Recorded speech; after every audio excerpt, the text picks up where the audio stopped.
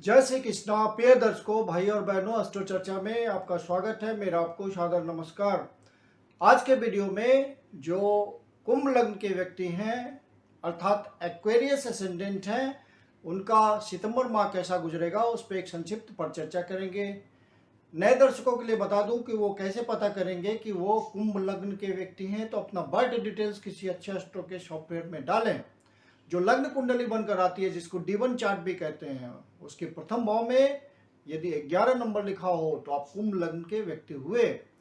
ये आपकी कुंडली है और ये प्रथम भाव है, इसमें 11 नंबर लिखा हुआ है तो आप कुंभ लग्न के व्यक्ति हुए अर्थात एक्वेरियस असेंडेंट हुए। 1 सितंबर को जो गोचरीय परिस्थितियां हैं वो आपकी कुंडली पे मैंने लगाया हुआ है और जो सितंबर माह में होने वाले महत्वपूर्ण गोचरीय परिवर्तन है उसको मैंने डिस्प्ले किया हुआ है। आगे बढ़ने से पहले आप अपने चैनल अस्ट्रो चर्चा को सब्सक्राइब कर लें यदि अभी तक नहीं किया है या पहली बार देख रहे हैं, और यदि वीडियो अच्छा लगता है तो उसको लाइक करें और अपने परिचित जनों को शेयर भी करें। आपके लग्नेश हैं शनि महाराज और वो 12वें भाव पे गोचर कर रहे हैं और वक्री अवस्था में गोचर कर रहे हैं। तो दो चीज़ों को आपको ध्यान लेके, दो बातों का आपको ध्यान रखना है। अपने स्वास्थ्य का और डिसीजन लेने में किसी तरह की जल्दबाजी नहीं करनी है, बहुत ध्यानपूर्वक हर डिसीजन को लेना है। ये दो बातों का ध्यान रखना है आपको। शनि महाराज आपके 12वें भाव पे गोचर कर रहे हैं, तो एक्सपोर्ट इंपोर्ट के धंधे में जो लगे हुए लोग हैं, बाहर से कमाते हैं, उनके लिए बढ़िया समय हो गया। उनको उस क्षेत्र में लाभ मिलेगा। जो बाहर से संबंध बनाना चाह रहे हैं उनके लिए भी बढ़िया समय चलेगा, शनि महाराज मदद करेंगे। जो पहले से प्रयास कर रहे हैं बाहर जाने के लिए, बाहर से संबंध बनाने के लिए, एक्सपोर्ट इंपोर्ट का काम शुरू करने के लिए वो प्रयास करेंगे तो इस समय सफलता मिलेगी, शनि महाराज का सहयोग मिलेगा। यदि आप किसी फैमिली बिजनेस में लगे हुए हैं, माता पिता के व्यापार को आगे बढ़ाते हैं, तो वहाँ पे आपको बाहर से इन्वेस्टमेंट करने में सफलता मिलेगी। अपने काम को आप आगे बढ़ा सकते हैं। डिस्टेंट प्लेसेस में इन्वेस्टमेंट करने में आपको सफलता मिलेगी। जो पहले से आप प्रयास कर रहे हैं और सफलता अभी तक नहीं मिली है, तो आपके ओरिजिनल नेटल चार्ट में कोई योग बन रहा होगा, समय आ गया होगा, कोई सुटेबल महादशा, अंतरदशा, प्रतरदशा चल रही होगी, तो आप अपने काम को आगे बढ़ाने में सफल हो जाएंगे। जो भी आपने सिंसियरिटी दिखाई, जो भी ऑनेस्टी दिखाई, जो भी डेडिकेशन दिखाया काम के प्रति, और वो अधूरा पड़ा हुआ है, तो शनि महाराज उसको पूरा करेंगे, आपके एफर्ट में वृद्धि कर देंगे और आपको रिजल्ट देंगे।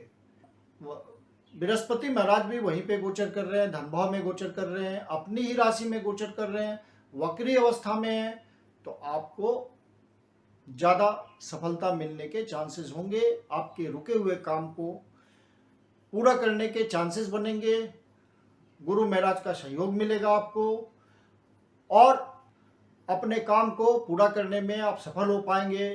पारिवारिक बिजनेस को बढ़ाने में सफल हो पाएंगे। कुटुंबजनों से स्नेहवत व्यवहार रहेगा और जो भी आप निगोशिएशन करेंगे उसमें आपको सफलता मिलने के चांसेस होंगे। आप सोच समझ के वाणी का प्रयोग करेंगे तो आपको समुचित रिजल्ट मिलेगा उसका। गुरु महाराज की 5वीं दृष्टि, जो कि ब्लेसिंग वाली दृष्टि होती है, वो 6ठे भाव पे पड़ रही है और शनि महाराज की भी 7वीं दृष्टि 6ठे भाव पे पड़ रही है, अर्थात डबल ट्रांजिट का मामला 6ठे भाव पे पड़ रहा है। 6ठा भाव आपके ऋण, शत्रु, रोग का होता है और वक्री ग्रह रोग के मामले में कोई राहत नहीं देते, तो आप अपने स्वास्थ्य का जरूर ध्यान रखिएगा।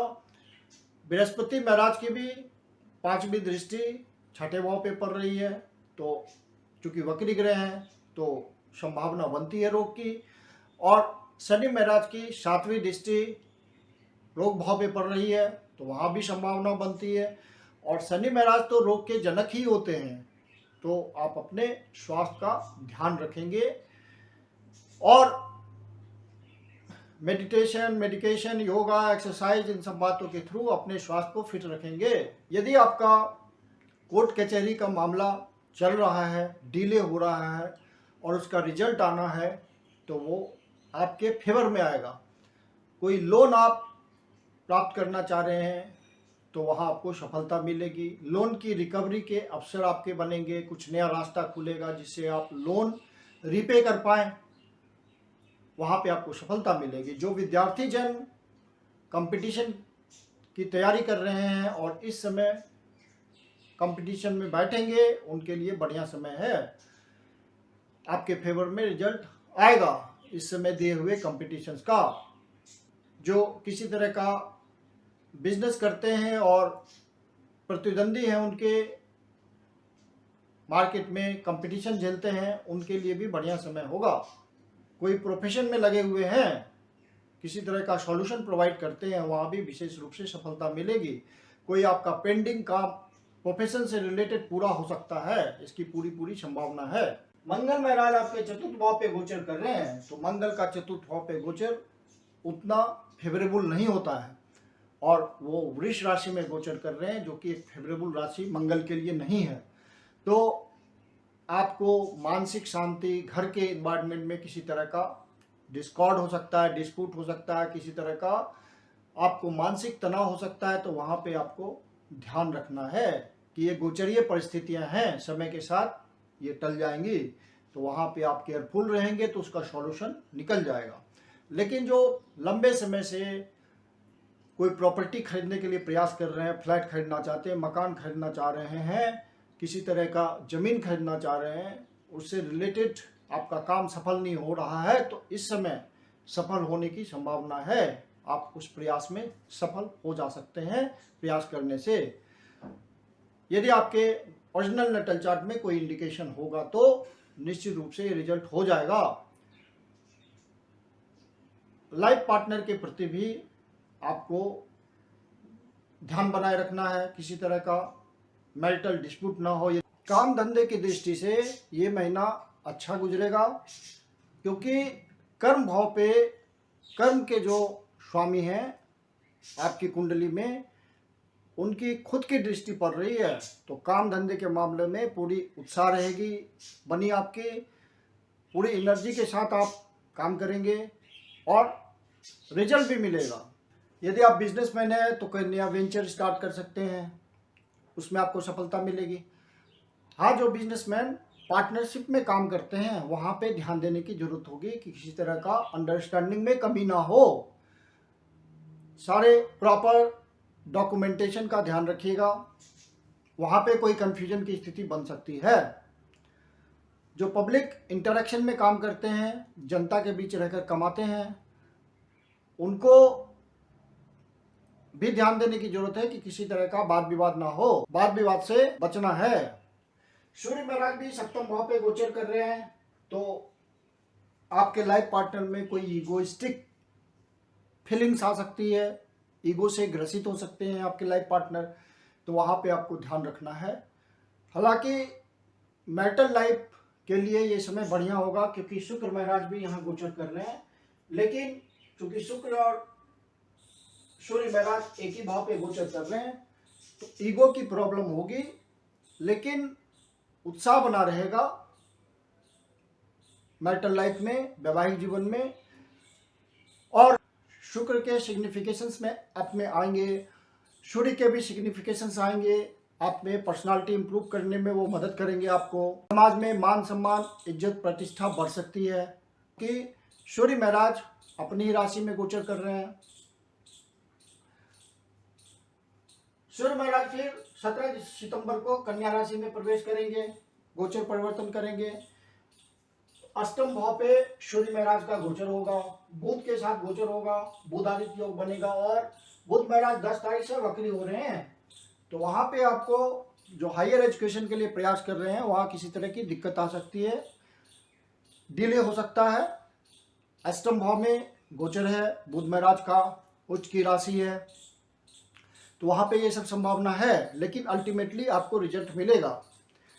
और सूर्य महाराज चूंकि अष्टम भाव पे आ रहे हैं तो और सप्तम भाव से संबंध बना रहे हैं, तो धन की दृष्टि से आपको कुछ फायदा मिल सकता है, ससुराल पक्ष से कुछ धन का सहयोग मिल सकता है, लाइफ पार्टनर से धन का सहयोग मिल सकता है, बिजनेस पार्टनर से धन का सहयोग मिल सकता है, समाज के किसी व्यक्ति से आपको कोई सहयोग मिल सकता है जिससे आपको अपना स्तर उठाने में, जीवन स्तर उठाने में सफलता मिले। वो किसी भी रूप में हो सकती है, आपको फायदा पहुंच सकता है। सूर्य महाराज और बुध महाराज अष्टम भाव पे गोचर करेंगे, तो जो इन्वेस्टिगेशन के काम में लगे हुए हैं, किसी तरह का रिसर्च वर्क में लगे हुए हैं, उन सबको अचानक से सफलता मिलने की योग बनेंगे। इधर से बृहस्पति महाराज की भी 7वीं दृष्टि होगी, उनकी डिजायर होगी, तो अचानक से कोई लाभ हो सकता है आपको। जो इंश्योरेंस सेक्टर में लगे हुए हैं, सरकारी सेवा से संबंध है उनका, दूसरे के धन का मैनेजमेंट करते हैं, तो वहाँ पे धन प्राप्ति का योग बन सकता है। अचानक से कोई आपका लीगल मामला सेटल हो सकता है, पेरेंटल प्रॉपर्टी सेटल हो सकती है, कोई वसीयत का मामला फंसा हुआ होगा तो वो ठीक हो सकता है। राहु महाराज पहले से आपके तीसरे भाव पे गोचर कर रहे हैं, आपके प्रयासों में वृद्धि कर रहे हैं। राहु का तीसरे भाव पे गोचर करना उत्तम होता है, रिजल्ट अच्छा आता है। हालांकि ये मंगल की राशि में है, मेष राशि में मंगल के रिजल्ट को बढ़ा रहे हैं, तो आपको अपने फर्ज का फल मिलेगा, हालांकि थोड़ा कम मिलेगा लेकिन मिलेगा। और केतु महाराज आपके भाग्य भाव पे गोचर कर रहे हैं, तो भाग्य का भी साथ मिलेगा, लेकिन केतु महाराज जिस भाव पे गोचर करते हैं वहाँ के रिजल्ट में कमी करते हैं, वहाँ उस कमी की वजह आपकी लापरवाही होती है। तो आप अपनी लापरवाही को एलिमिनेट कीजिए, ध्यान रखिए, फिर भाग्य का भी साथ मिलेगा पूरा। शुक्र महाराज आपके भाग्येश हैं और आपके शुभ भाव के स्वामी हैं, तो आपके किसी भी पार्टनर के थ्रू आपके भाग्य में वृद्धि हो सकती है। वो आपके लाइफ पार्टनर हो सकता है, बिजनेस पार्टनर हो सकता है, या समाज का कोई पार्टनर हो सकता है जिससे आपका किसी तरह का संबंध हो, पार्टनरशिप हो, वहाँ से आपको लाभ मिल सकता है। आप प्रयास करेंगे तो भाग्य का साथ होगा और आपको फायदा मिलेगा। बृहस्पति महाराज आपके धनेश हैं और लाभेश हैं, ये एक अच्छी स्थिति है गोचर में। अब आपको मिलेगा, ज़्यादा धन का आप कमा पाएंगे और धन संचय करने में सफल हो पाएंगे। सितंबर माह इस दृष्टि से बढ़िया है। अपने स्वास्थ्य का भी ध्यान रखते चलना है। अब सितंबर माह में जो महत्वपूर्ण डेट्स हैं जिसका आपको ध्यान रखना है वो इस प्रकार हैं: 7 तारीख, 8 तारीख, 16 तारीख, 17 तारीख, 20 तारीख, 21 तारीख, 22 तारीख, 25 तारीख, 26 तारीख। ये तारीख किसी नए शुभ कार्य को प्रारंभ करने के लिए अनुकूल नहीं है। यदि हो सके तो इन डेट्स को अवॉइड कीजिए किसी शुभ कार्य को प्रारंभ करने के लिए।